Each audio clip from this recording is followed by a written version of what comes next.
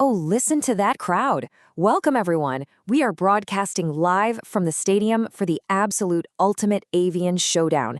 This is our Animal Olympics explainer, and let me tell you, the energy in this arena right now, it is absolutely electric. It really is. We are bringing you right ringside for a clash of the titans.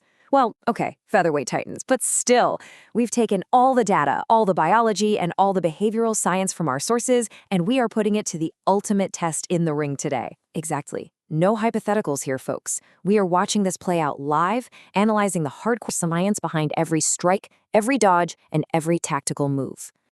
Just listen to them. Ladies and gentlemen, welcome to the main event. Oh man, I have officially planted my flag. I am fully backing the Cockatiel today. I mean, we're talking about a true giant of the featherweight division. Team Cockatiel, where are you at? Let me hear you. You are so incredibly overconfident. I'm fiercely defending the underdog today. Give me the scrappy, high-energy Budgie all day long. Team Budgie in the house. Did anyone out there just switch sides? Tell us in the comments.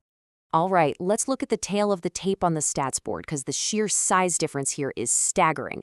The Cockatiel comes in at a massive 12 to 14 inches long, weighing up to 4 ounces, and boasting true cockatoo family lineage. We are talking size, reach, and pedigree, baby, and a solid 15 to 25-year lifespan. Yeah, laugh it up, but look over at the Budgie. 7 to 8 inches, maybe 1.4 ounces tops, and a true parrot through and through. The Budgie doesn't need size, it has speed, and a 5 to 15-year lifespan of pure concentrated hyperactivity. My fighter is a tiny buzzsaw.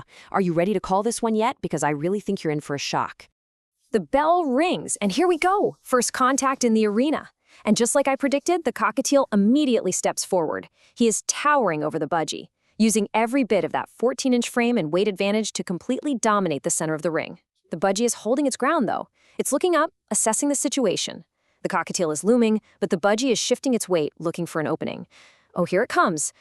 According to the avian behavioral team in our stats department, we have a biological tell.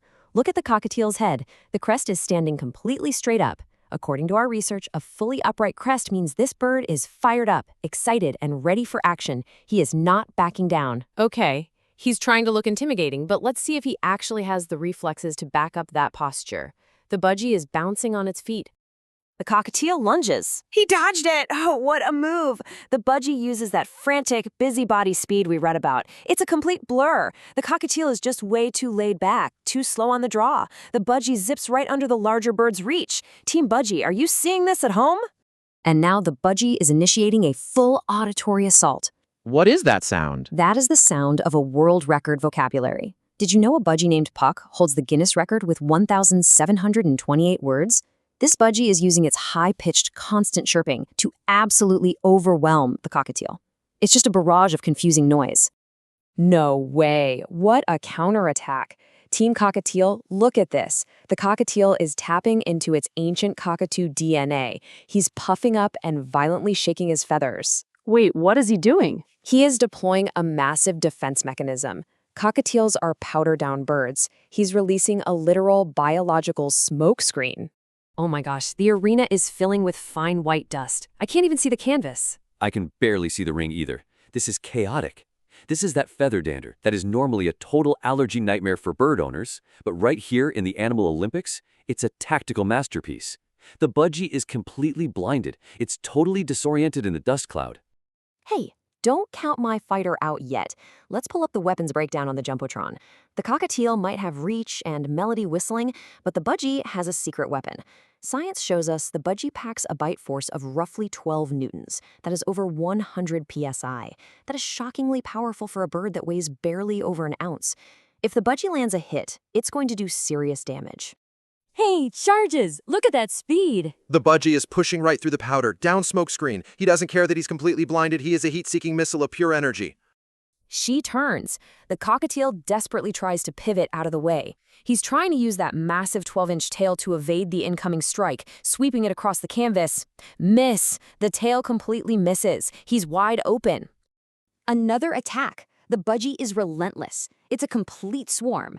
This is that naturally territorial temperament we see in the research. The budgie is aggressively defending its space, flying circles around the cockatiel, nipping, diving, just completely overwhelming the gentle giant. He's trapped. The cockatiel doesn't know where to look. The budgie's moving way too fast. He can't keep up with this. Wait, he's out. I don't believe it. The cockatiel is literally retreating to the corner of the cage. I mean, the ring. He's putting his head down, yielding the center. This pacifist giant is completely overwhelmed by the tiny terror. He wants absolutely nothing to do with this fight anymore. And there it is, the winner, by technical retreat, the budgie. Wow. I am in absolute disbelief right now. A 7-inch bird just bullied a 14-inch giant out of the ring. Team Cockatiel, I am so sorry.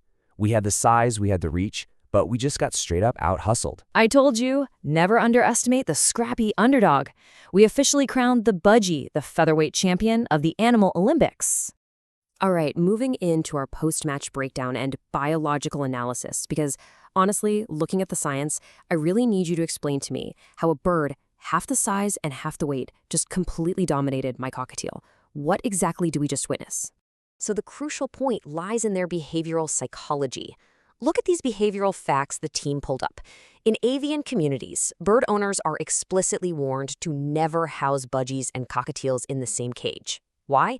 Because budgies are fiercely territorial and have natural bully behaviors in shared spaces. They are hyperactive, they're frantic, and they will absolutely harass and injure a larger, docile cockatiel. The cockatiel just isn't wired for this kind of sustained, aggressive warfare. Okay, I have to concede this one. One of our sources literally described budgies as, well, quote, tiny assholes who never shut up.